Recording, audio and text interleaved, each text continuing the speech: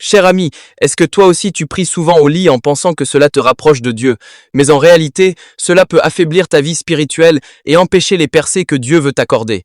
Aujourd'hui, je vais partager avec toi 3 erreurs de prière au lit. Écris dans les commentaires tes habitudes de prière et Dieu te guidera pour les corriger avec puissance. Premièrement, le danger d'une foi confortable.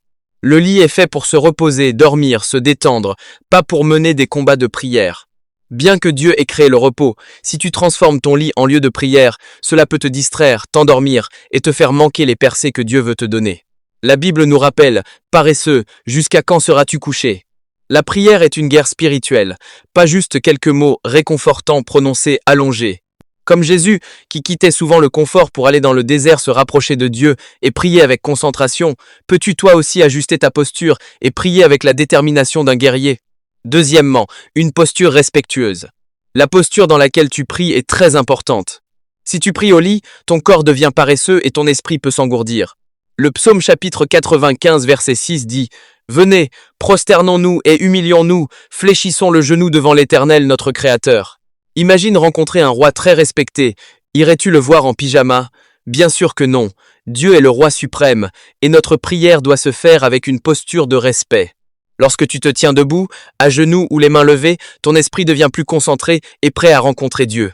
Troisièmement, éviter les distractions. Prier au lit nous rend souvent sujets à la distraction, à l'errance des pensées ou même à l'assoupissement. Jésus nous avertit dans Matthieu chapitre 26 versets 40 à 40 et 1, « L'esprit est bien disposé, mais la chair est faible. » Souviens-toi, la prière n'est pas une conversation banale, mais une ligne de vie vers le royaume des cieux.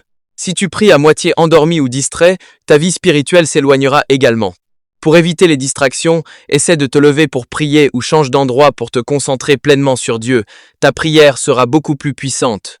Cher ami, la posture, la concentration et le lieu de prière influencent profondément la profondeur de ta vie spirituelle. Aujourd'hui, ajustons notre manière de prier et ne laissons plus le lit devenir un obstacle à notre communion avec Dieu. Si ce post t'a rappelé quelque chose, partage-le largement, au moins avec 5 amis, pour qu'eux aussi soient rappelés et entrent dans la bonne manière de prier. Dieu sera heureux de toi.